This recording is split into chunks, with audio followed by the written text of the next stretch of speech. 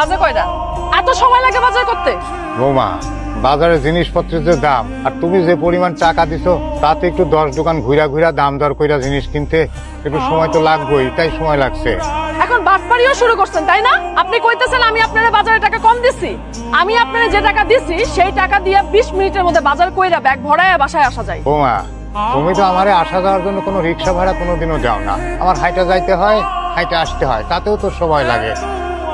এই মানুষটা না লজ্জা শরম বলতে কিছু এতটুকু সেন্স নাই তার ভিতরে যে আমার খেয়ে অফিসে যেতে হবে। বাবারে, বাজারে জিনিসপত্রের যে দাম, মাত্র 300 টাকা দিয়ে আমারে বাজারে পাঠাইছে। ঘটনাটা বুঝতে পারছি।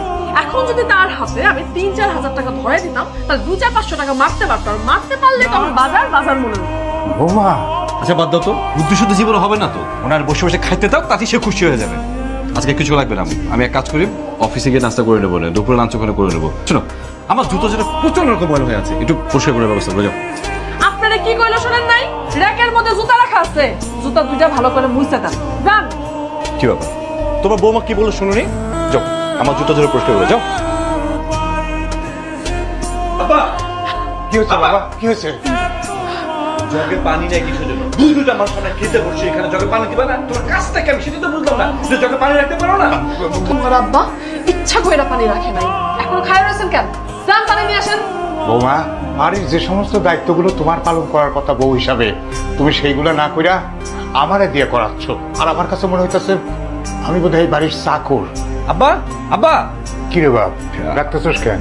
এক কাজ করো তো, আমরা একটু শপিং এ যাচ্ছি, তুমি একটু জুতো চড়া পরিষ্কার করে দাও না। চুপ করে রয়েছেন কেন? কথা কানে যায় নাই? আমি তোমাদের জুতা পরিষ্কার করতে পারবো না। আমারে দুইটা ডাল ভাত খাওয়ানোর বিনিময়ে আমার তো চা খুশি তাই করাই নিতেছো। তোমরা আমার তো চাকরের মতো খাটাইতেছো, আমার চাকর বানায় ফেলছো। দেখতে তো ভদ্র মনে হচ্ছে, কিন্তু নিজের বাবাকে চাকরের মতো খাটাতে লজ্জা করে না? কত বড় সাহস দেখছো, কতগুলো কথা শুনে গেল। তোমার আব্বা কত বড় খারাপ দেখছো? বাড়ির ভিতরে কি হয় না হয় সমস্ত কিছু মানুষের কাছে কয়ে বেড়ায়, কয়ে আমাদেরকে ছোট করে।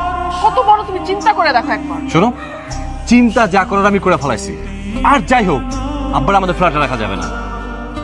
আব্বা, ঘরের খাও ঘরের পরো, বাইরের মানুষদের সাথে বন্ধুত্ব করো। বন্ধুত্ব করো, তাতে কোনো সমস্যা নাই, করো। ঘরের বন্ধু তাদের কাছে কেন? এই বিষয়গুলো তোমার কাছে শোভা পায়, কিন্তু আমাদের কাছে খুব বিরক্তিকর লাগে। তাই আমরা সিদ্ধান্ত নিয়েছি তোমার সাথে এক ঘরে থাকা সম্ভব না। আজকে এই মুহূর্তে তুমি আমাদের ফ্ল্যাট থেকে বের হয়ে যাও।